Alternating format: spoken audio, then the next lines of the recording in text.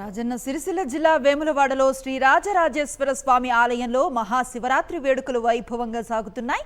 సుందరంగా తీర్చిదిద్దిన వేములవాడ ఆలయం అపర కైలాసాన్ని తలపిస్తోంది. మహాశివరాత్రి వేళ పెద్ద ఎత్తున భక్తజనం ఆలయానికి తరలి వస్తున్నారు.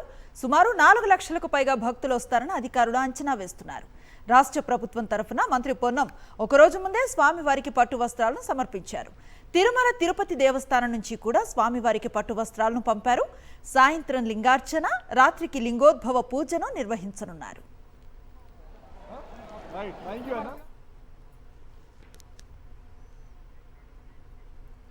మహాశివరాత్రి సందర్భంగా ఢిల్లీలో శైవ క్షేత్రాలు భక్తులతో కిటకిటలాడుతున్నాయి.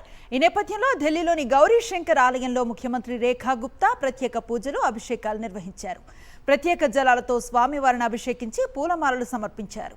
ఆలయంలో జరుగుతున్న వేడుకలను సీఎం రేఖా గుప్తా పరిశీలించారు.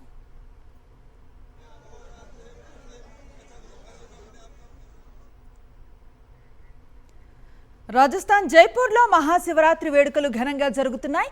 జార్ఖండ్ మహాదేవ్ ఆలయంలో భక్తులు స్వామివారికి జలాభిషేకం నిర్వహించారు.